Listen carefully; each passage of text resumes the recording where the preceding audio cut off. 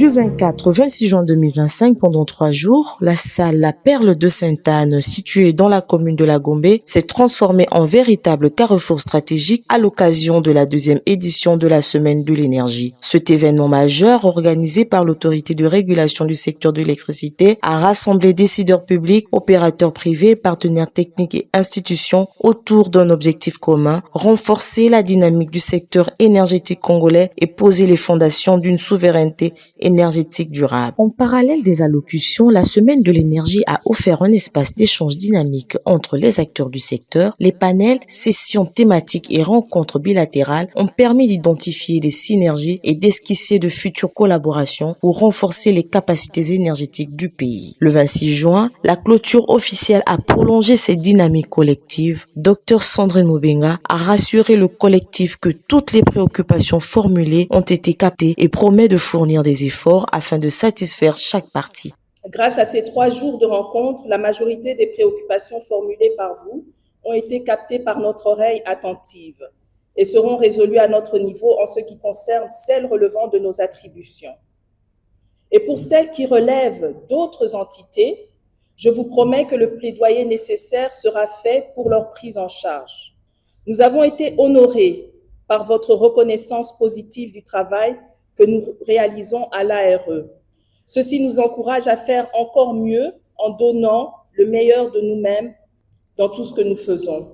Elle a également salué le niveau d'implication des participants et a annoncé des mesures concrètes, notamment la création d'un cadre permanent de concertation avec la FEC et les opérateurs miniers, le déploiement de chefs de projets provinciaux pour un meilleur suivi des projets et un renforcement des engagements en matière de transparence et de redevabilité. Tout en saluant ces initiatives, nous vous informons que l'ARE a déjà initié avec la FEC, la Fédération des entreprises du Congo, certains opérateurs et miniers, un cadre permanent de concertation dont les séances de démarrage ont été tenues à Kolwezi dans la province de Lualaba. Elle a également plaidé pour un environnement fiscal plus incitatif, gage d'un meilleur climat d'investissement et d'une régulation consolidée. En parallèle, nous avons noté la réclamation en rapport avec la fiscalité, qualifiée d'asphyxiante et punitive par la quasi-totalité des opérateurs. Cette préoccupation est tout à fait légitime aux yeux de plusieurs car il est inconcevable de rendre le secteur attractif si la fiscalité qui est appliquée reste de droit commun et donc non incitative. Le directeur général de la SNEL, M. Fabrice Lusinde, a pour sa part souligné les contraintes structurelles qui limitent la performance du secteur. Et à Kinshasa, nous avons le poste de Funa et de Biminga, où nous allons faire des travaux importants de modernisation. On a déjà fait tout ce qui était lutte anti-inondation. Donc dans les années précédentes, on avait toujours des problèmes lorsqu'il y avait les grandes pluies. Depuis 6 mois, on n'a pas eu ce genre de problème. Donc, le plus important, ce qui nous intéresse tous finalement, c'est le service à la clientèle. On est donc dans cette logique de se conformer à la loi et de supprimer la facturation forfaitaire. Il a appelé à une simplification du régime fiscal et à l'installation généralisée de compteurs prépayés, en particulier dans les bâtiments publics. Donc, on a à peu près 400 000 compteurs qui vont être installés dans les 12-18 prochains mois et le reste va suivre.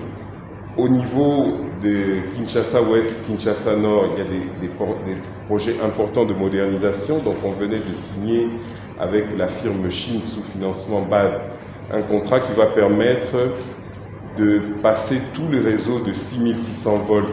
Dans son mot de clôture, le vice-premier ministre, ministre du Plan, M. Guylaine Yimbo, a soulevé le point selon lequel la RDC dispose d'un potentiel énergétique riche et diversifié, mais peu exploité. Il a également rappelé le rôle stratégique du secteur privé et promet de garder une oreille attentive aux préoccupations soulevées par chacun. Jeune et expert, M. Kevin Kiangebeni, au micro de Mongest TV, a encouragé les jeunes à embrasser le secteur de l'énergie, la RDC étant un pays à bâtir. En tant qu'expert indépendant dans le secteur de l'énergie, à mon humble avis, ce qui bloque le développement dans le secteur, c'est d'abord les moyens. Il faudrait d'abord que l'État puisse mobiliser les moyens nécessaires pour le développement du secteur de l'électricité et aussi faciliter les privés, les investissements privés et les sécuriser. Parce qu'ils ne peuvent pas venir investir dans un environnement toxique à l'investissement, notamment miné par la corruption et les rétrocommissions. Pour la jeunesse, moi j'inviterais d'abord la jeunesse à s'investir massivement dans les études d'ingénierie. Aucun pays au monde ne s'est développé sans ingénieurs. La Chine a fait un pari risqué en envoyant ses jeunes aller apprendre, étudier ailleurs et revenir avec des connaissances apprises ailleurs pour investir dans leur pays. Donc moi j'inviterais les jeunes à embrasser les sciences de l'ingénierie. Et c'est à partir de là qu'ils vont s'ouvrir au monde, qu'ils vont comprendre le déficit qu'il y a, le déficit énergétique qu'il y a dans ce pays. Ce pays est encore un chantier. C'est un pays à bâtir et à construire. Et avec une population de plus de 100 millions d'habitants, les jeunes ont une part noble et incommensurable dans le développement de notre pays. Donc j'inviterai les jeunes